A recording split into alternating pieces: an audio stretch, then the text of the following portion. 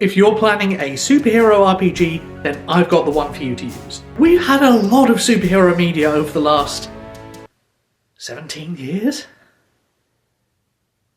So it's maybe ironic that the way you can keep the genre fresh came out back in 2010. That was the year of Wild Talents 2nd edition, and it is a doozy of a system.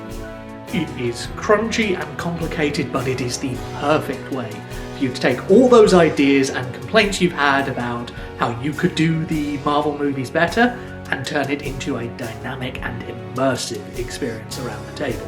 I've tried other superhero systems. The big problem they always have is that the breadth of superhero powers available and the range of how powerful they might be never quite plays well together. Systems either try to define each power individually and balance them, and it inevitably fails, or they try and hand-wave it all as just narrative, and the GM is then expected to do too much work to keep everything consistent. Wild Talents pulls it off by making each power into a series of discrete mechanical effects. Things like affects an area, does damage, cannot be turned off. It assigns each of those effects a points value, which you can then stack on top of each other to make your power.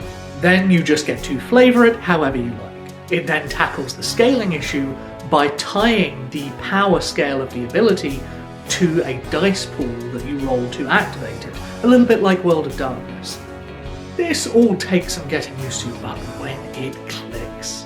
I've seen characters with exploding teleportation, with a utility belt full of magical artifacts, and invisible robots all feel distinct, real, and fun to play alongside each other.